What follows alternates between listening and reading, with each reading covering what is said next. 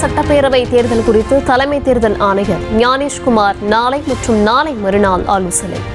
சென்னையில் அரசியல் கட்சி பிரதிநிதிகள், மாவட்ட ஆட்சியர்கள் உள்ளிட்ட அரசு உயர் அதிகாரிகள் உள்ளிட்டோருடன் கலந்துரையாடல்.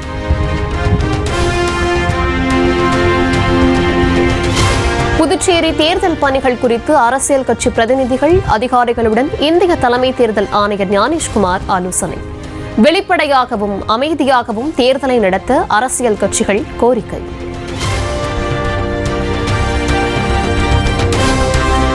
பிரதமர் மோடி தமிழ்நாட்டுக்கு வருவதை நினைத்து கூட்டணி கட்சிகளே பயப்படுவதாக முதலமைச்சர் மு.க.ஸ்டாலின் பேச்சு. எத்தனை முறை இங்கு வருகிறாரோ அத்தனை முறை திமுக கூட்டணியின் வெற்றி உறுதி என்றும் திட்டவட்டம்.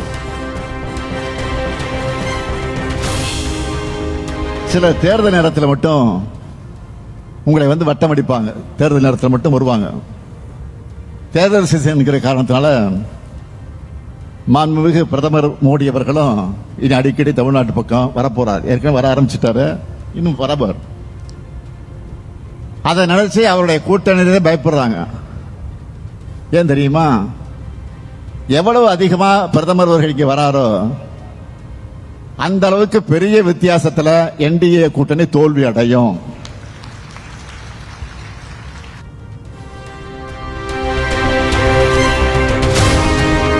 மகாராஷ்டிரா, அசாம், மணிப்பூர், பீகார் என பாஜக ஆளும் மாநிலங்களில் எல்லாம் சிறுபான்மையினருக்கு எதிரான குற்றங்கள் அதிகரிப்பதாக முதலமைச்சர் குற்றச்சாட்டு.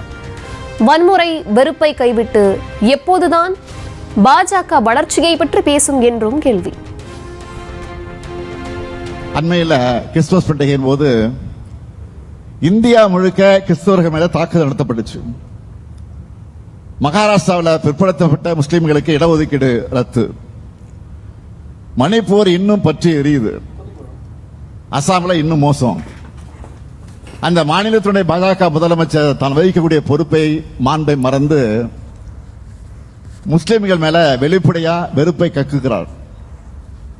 பீகார்ல துணை முதலமைச்சர் என்ன சொல்லி இருக்கிறார் தெரியுமா? பள்ளிக்கூடங்களுக்கு பக்கத்தில் இறைச்சி கடைகள் இருந்தா அகற்றுவோம்னு பேசியிருக்கிறார். நாம என்ன சாப்பிடணும்னு முடிவு பண்றதுக்கு இவங்க யாரு? இப்படி ஒரு நிலையை தமிழ்நாட்டிலையும் கட்டமைத்து விடத்தான் அவங்க தவிக்கிறாங்க. நான் வெளிப்படையாவே பாஜகவினரை கேட்கிறேன், எப்பதான் நீங்க வன்முறையை விட்டு வளர்ச்சி பத்தியே பேசுவீங்க?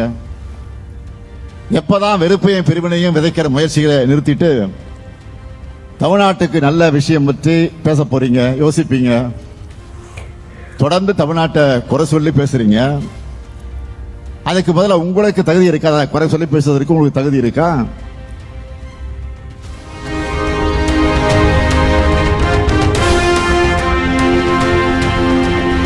குஜராத் மெட்ரோவுக்கு ஒப்புதல் தரும் மத்திய அமைச்சரவை தமிழ்நாட்டு திட்டங்களுக்கு ஒப்புதல் தர மறுப்பதாக முதலமைச்சர் மு.க.ஸ்டாலின் குற்றச்சாட்டு.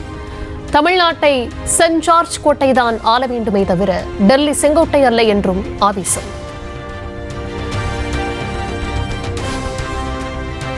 அமைச்சரவை கூட்டத்தில் குஜராத் மாநில மெட்ரோ திட்டத்துக்கு ஒப்புதல் வழங்கியிருக்காங்க. ஆனா தமிழ்நாட்டுக்கு எதுவும் இல்லை. தேர்தல் வருதேன்னு பட்ஜெட்லயும் ஒண்ணும் இல்லை. தமிழ்நாட்டுக்கு போக போறமேன்னு அமைச்சரவை கூட்டத்திலே நம்ம கோரிக்கை ஒன்றுக்கு கூட ஒப்புதல் தரல. அதனால தான் நான் அடிக்கடி சொல்றேன், இந்த தேர்தல் என்பது தமிழ்நாடு வெர்சஸ் என்டிஏ. தமிழ்நாடு சேஞ்சாதி கோட்டையிலிருந்து ஆளப்படணும், டெல்லியிலிருந்து ஆளப்படக்கூடிய நிலை வரக்கூடாது. இதை தீர்மானிப்பதற்கான தேர்தல் தான்.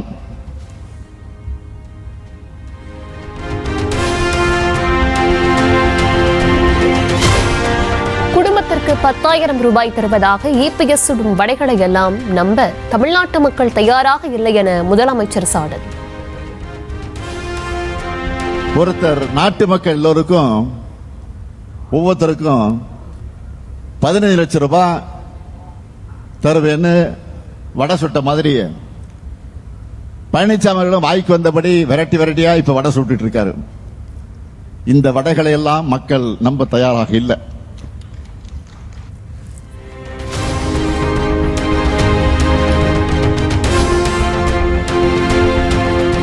பூஜ்ஜியமும் பூஜ்ஜியமும் இணைந்தால் பூஜ்ஜியம் தானே தவிர ராஜ்யம் கிடைக்காது என்றும் பாஜக அதிமுக கூட்டணி மீது விமர்சனம். இட்டு பாஜக டப்பா இன்ஜினை நம்பி அதிமுக இருக்கு, அதிமுக என்ற மூழ்கிற கப்பலை நம்பி பாஜக இருக்கு.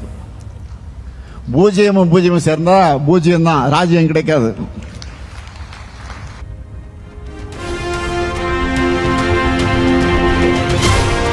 சென்னை வானகரத்தில் அதிமுக பொதுச் செயலாளர் எடப்பாடி பழனிசாமி தேர்தல் பரப்புரை. வரும் தேர்தலில் திமுகவுக்கு பூஜ்ஜியம், அதிமுகவுக்கு ராஜ்யம் என முதலமைச்சருக்கு பதிலடி. பூஜ்ஜியம் பூஜ்ஜியம் ஒன்றா சேர்ந்தா பூஜ்ஜியம் தான் கிடைக்கணும். ஸ்டாலின் அவர்களே, உங்களுடைய கனவு அப்படி இருக்குது, நாங்க என்ன செய்யறது? திராவிட முன்னேற்ற கழகத்தை பொறுத்த வரைக்கும் தேர்தலில் பூஜ்ஜியத்தை தான் மக்கள் கொடுக்க போறாங்க இந்த கூட்டணிக்கு. இன்றைக்கு நடைபெறுகின்ற தேர்தலில் ராஜ்யம் யாருக்கு என்று மக்கள் பார்க்கின்ற பொழுது நம்முடைய கூட்டணிக்கு தான் ராஜ்யம்.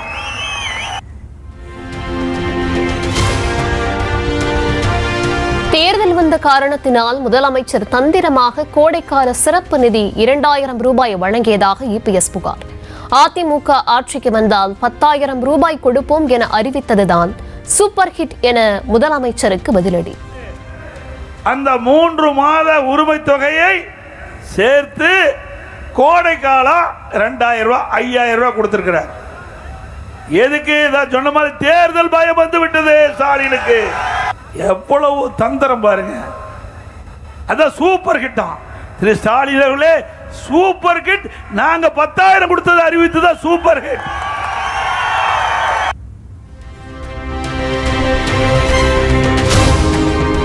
ஐந்து ஆண்டுகளாக முதலமைச்சர் வாயால் வடை சுட்டதால் தமிழ்நாடு மக்களுக்கு சலிப்பு ஏற்பட்டுவிட்டதாக இபிஎஸ் விமர்சனம்.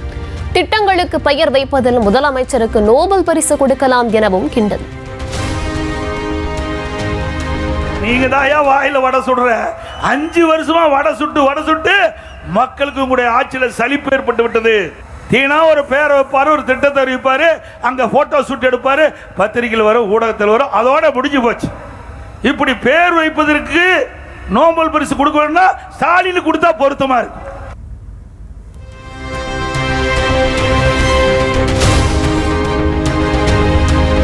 திமுகவுக்கு அதன் கூட்டணி கட்சிகள் அடிமையாக உள்ளதாக எடப்பாடி பழனிசாமி சாடல். பே சண்முகம் அடிமைத்தனமாக இருப்பதால் தான் கம்யூனிஸ்ட் கட்சி வளரவில்லை என கடும் தாக்கு. கம்யூனிஸ்ட் கட்சி சேர்ந்த திரு சண்முகம் அவர்களே, நீங்கள் அடிமைத்தனமாக இருக்கின்றது இந்த 10 ஆண்டுல மக்களுக்கு தெரியும். அதனாலதான் கம்யூனிஸ்ட் கட்சி வளராம இருக்குது. அந்த தேசிய ஜனநாயக கூட்டணி. முதுபெரும் கம்யூனிஸ்ட் தலைவர் நல்லக்கண்ணு காலமானார். சென்னை ராஜீவ்காந்தி அரசு மருத்துவமனையில் உயிர் பிரிந்தது.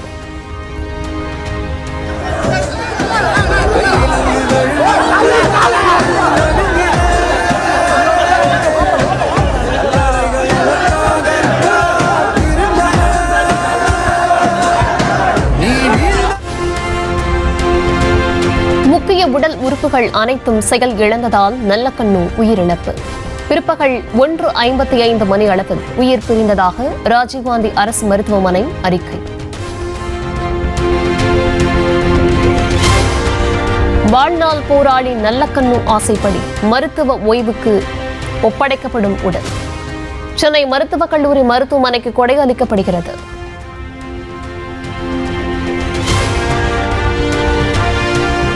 சென்னை ராஜீவ்காந்தி அரசு மருத்துவமனையில் இருந்து இந்திய கம்யூனிஸ்ட் கட்சி அலுவலகத்திற்கு எடுத்து செல்லப்பட்ட நல்லக்கண்ணு உடல்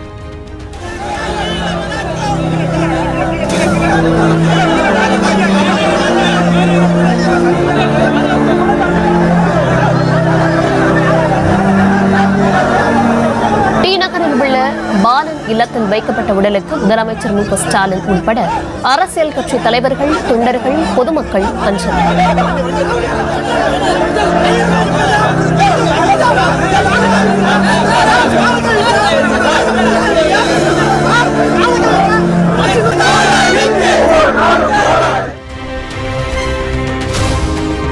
தோழர் நல்லக்கண்ணுவின் மறைவுக்கு 7 நாட்கள் துக்கம் அனுசரிக்கிறது இந்திய கம்யூனிஸ்ட். துக்கம் கடைபிடிக்கும் வகையில் செங்கொடிகள் அரைக்கம்பத்தில் பறக்க விடப்படும் எனவும் அறிவிப்பு.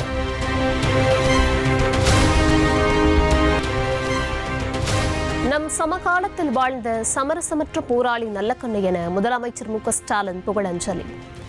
தகைசால் தமிழரை முழு அரசு மரியாதையுடன் செவ்வணக்கம் செலுத்தி வழி அனுப்பி வைப்போம் என்ற பதிவு.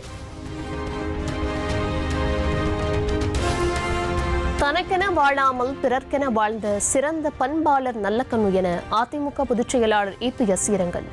ஜெயலலிதாவின் பேர் அன்பை பெற்றவர், அனைவரிடத்திலும் அன்போடும் பாசத்தோடும் பழகக்கூடியவர் எனவும் புகழஞ்சலி.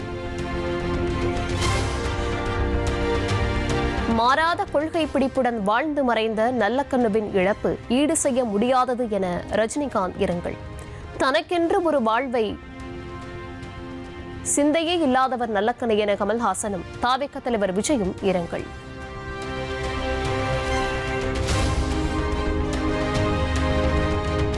நல்லக்கண்ணு மறைவுக்கு கட்சி கடந்து அரசியல் தலைவர்கள் பலரும் புகழஞ்சலி.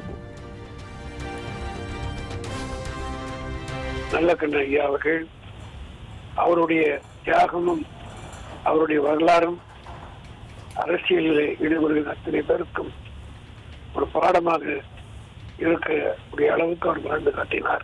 எவ்வளவு கொடுமைகள் வந்தாலும் சரி, அந்த இயக்கத்திற்காக அந்த கொடுமைகள் எல்லாம் தாங்கி முழுமையாக இயக்கத்தை, அதாவது கம்யூனிஸ்ட் கட்சியை தமிழ்நாட்டிலே வளர்த்த பெருமை ஐயா தோழர் நல்லக்கண்ணு அவர்களே நிச்சயமாக சாரும். மக்களுடைய நல்வாழ்விற்காக அதிமுக, காங்கிரஸ், பாஜக, விசிக, நாம் தமிழர் கட்சி சார்பில் நேரில் மரியாதை. என்னுடைய அஞ்சலியை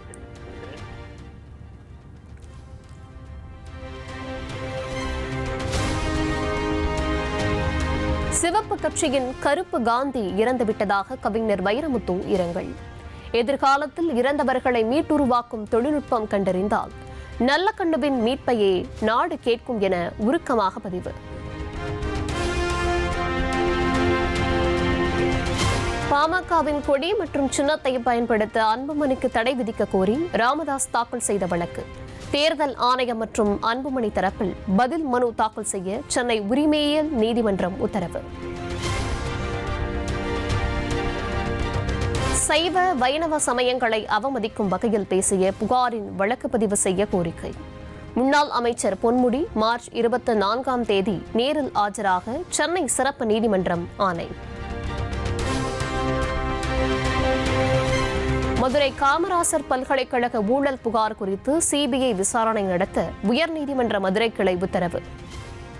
பல்கலைக்கழகங்களில் ஊழலை ஏற்றுக்கொள்ள முடியாது என்றும் அது எதிர்கால சந்ததியினரையும் பாழாக்கும் எனவும் நீதிபதிகள் கருத்து.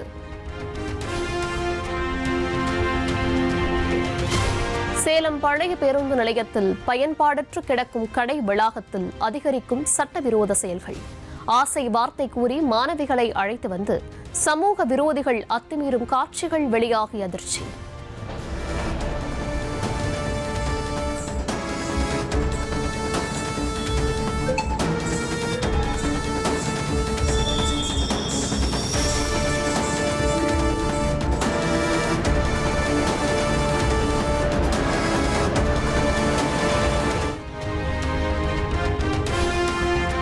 சேலத்தில் மாணவர்களின் கைகளில் எளிதாக கஞ்சா புழங்குவதாக புகார்.